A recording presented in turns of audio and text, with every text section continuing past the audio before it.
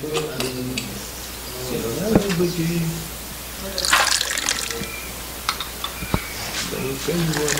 gitu, yang timani, bunuh konon yari.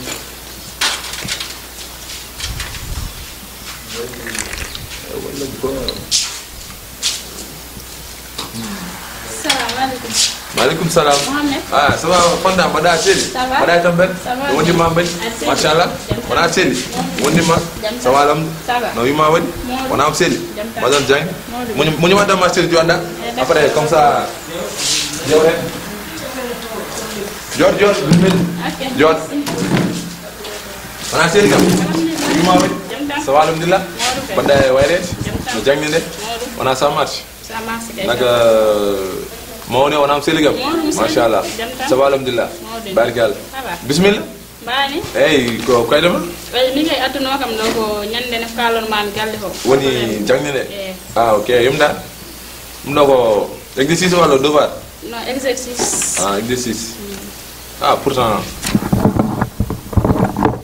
dum kay webane ko sen tagondo dum kay adu way do manne webane kay beri walle de ende pourtant ala wori non kadi bon japuda set min onko jinnom hala dem set so halde parce que nyandena mi ari no galle gongoni town fanno mais mi hebani onko jinnom mi jawre mi ban on tun jawre ndu donc jinnomi ko minima wod ko hakun men minima wod ko hakun parce que mi jima mi hajo so halde ala hodi mi joja mi joji ko nyada de Mohamed min jimmi hanko pama bidinma so halde Allah bidinma no fewi ado welem trop sino ko sagam nak wadu ko ne hakun men taw ngandanda hor man ciidi ko way no holdum min ma pour jaltiden minima am joro walla ami jay ala min gonkalo ma gonga wona gonga ngay halan kam gonga min kay sa yimbere aray ma parfois arayam ko baddam considéré comme ka grand frère Mohamed an kay an hoore ma andi dum do wa wonde hakkude mede pourtant ko yidde ko Allah wadata kona la caayina non ko min go gonga e man ne sa yi kay yo mi de halan ma dum do ken tide Mohamed ande mo bettiyam an jasnde pourquoi ala an kay hay rawan wurma ala wor wi non an ne min mi di maran gili sa walla min muta halna dum don mi da kalna ham dum don mino ko mi kalam do gila adan ban ma considéré comme ka grand frère dum non wa wonde hakkude meden min non kam hande a betti kam kada hebi ta do wa wonde hakkude men ka de bonon comme gorko Mohamed min ban man ko an wona bidan batti kon seyla mais dum kay don bonon weldi an nen fofa ara galla min kon an ko addan ma galla min ko intérêt ma addan ma ron non min ko yidam tan bidi mata sabol bidi hala mami hala ganda kam so mi yetti fara jam di kam ma betti dum don parce que kam hande a hersini kam vraiment min non a betti kam parce que an ka jas an kay han hay rawadu ma so mi yetti mo non man halan jinnaaba man ko addal ma galle ko intérêt ma aran ma ron sababu wiide argaire mais ko gonoda ko yaad mais min andil ma mi wona be don jar dem rawbe mais dara ma ma Fanta non an mo pita mo dani quoi chut alors you mok non il faut me sakanam faire il faut mu monom so wana dum biden do bondat hab cegira galo me mawni ho te nden non bindum arranger ak yam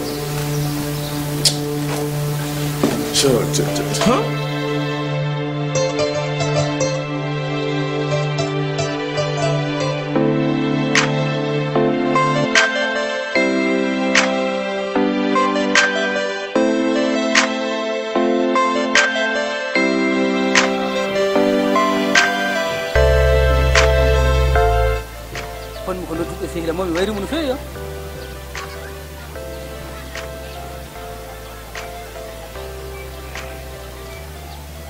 Wiyado nomba dari sini jam woni mawdum alhamdulillah tabarakallah masal sawa di sini wallahi ko gonga mi wairi de kara mi wairi kun feyi ahana woji wallahi en darodo saka bijugino entreprise mo jogimi ga ko société ji dili ni wona goto en goto ko kosam eɗen nganndi enen banndiraaɓe men toujours en jogii nayi beyi baali kosam men ɗire haa heewa en plus ko ɗo ñolata ruufee alaa ko fewnira ko ɗum waɗana e batte addumi ga noon machine aji ɗi pour wawde liggade heen kosam ɗam wonta conndi wasa bonde wono kosam puudar e on sahaa ɓen gommi woɗɗini kono won ko heddi nde tawno to jeeyaɗo gueɗɗe kadi en ɗissatde seeɗa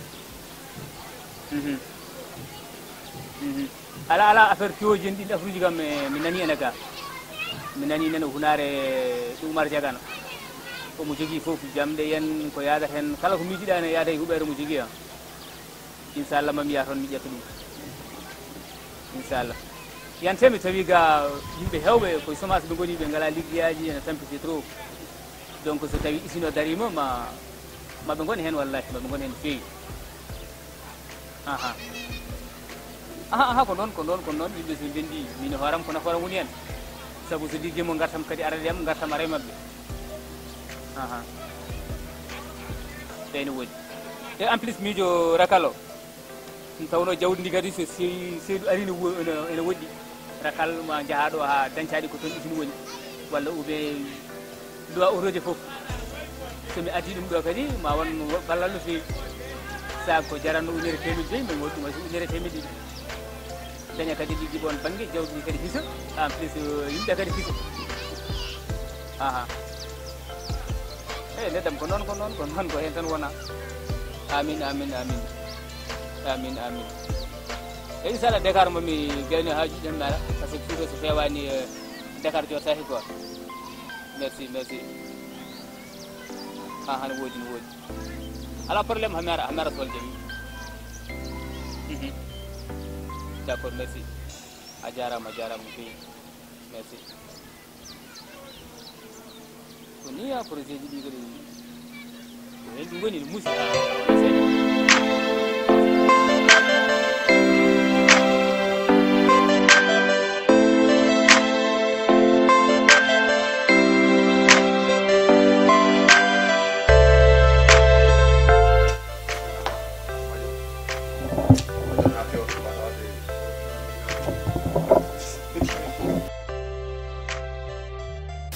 Hey, Fanta, ça va bien? Ça va bien. Mbada itambel? Ça va. Morumi? Bien. Ça va bien? Ça va. Joro? Ok. Ça va. Ça va bien? Ça va. Mbada itambel? Yoni. Morumi? Adi selia. Fudima sikirade seeda ni e Fanta ro woni. Pawo wadi. Mawdu museli. Mero wadi. Wallahi museli. Celli. Jam tan. Mawdu kay. Jam tan. Yoni nam? Noddirɗo mami ga hande ko jaam quoi. Yalla ɓeydi jam. Sa yimi noddima ɗo henno oɗo hôtel jimmi ko gonen seul gon jinnomi ko relation men o jinnaɓam puɗɗima wiide mi wat feere yawa ɗum par ce que mi yonti ma res min nena noon an jaltitanmi kadi ko an pimmi resde hande noon ɗum ñanden e nder hen noon tawde ɓe kalni kamɓe mbiyumi res mbami tan ko noddudema jewten hen wonde mi foti hankkadi nadde dewgal kadi vraiment an mi jiɗɗodirmo fof nodduma jewten hen mi jiɗɗo waɗe dewgal eyyi man kay mi nani haala ma min kam aɗa andi kalanma tan ke cengdoram ko ha hande gonmi kadi ko ɗum tan kalantumami joni kam dewgal mbaɗa andi min to gonɗen won koye janggude kadi aɗa andi jeeya ko rondi komi jibinaɗo ɓuuri wonde jinnaɓam taw kam wonani haalante haala muɗum o yiiɗa kam to hunde o yiiɗi tan komi jangga ko jangde tan o yiiɗi hay so o yiyam ɗo mbeɗa gajiromo sukaɓe ne kaala haala wi kanko ɓiyo natta dewgal so wona gayni janggude min kam ko ɗon tan waɗi kam probléme seeɗa anda noon waya e ay sa yimi noddima minene ko enen foof no mbiruɗa ni tan par ce que enen foof kadi ko jinnaɓe kuufi en kadi kam min goni halifaɓe men min nene ko jinnaɗo rek nodduno kam wi hankkadi mi yonti mi wat feere mi ƴeewa debbo e nder hen noon no mbirumami ni joni no way wade foof min jinnomi ko jaha duttiɗa kalde ya jinaɓe jowridon hen hande o neɗɗo ne wawi reset tawde ni continue jangde mum ko wawi wonde hen foof sa arti yewen holno mbawɗen gollirde ɗum quoi ala probléme min kam somi yettimo joni mami haalde mabɓe mi haalnaɓe fof no yarini koɓe mbawi wiide hen foof ala probléme mami humpit mbaɗeɗen kalde mami nodden haalanma koɓe mbawi haalde foof joni mbawi wadde profité ko hôtel o yewen kadi yimɓe quoi par ce que hôtel o ko hôtel joɗɗo quoi joni nder hen jiihen mi holluma hôtel o haade wajiɓe addude commande o après jiihen mi holluma hôtel o pour garti sen garti après mbaɗen consommé ko mbaɗɗen commande ko quoi d'accord pas de souci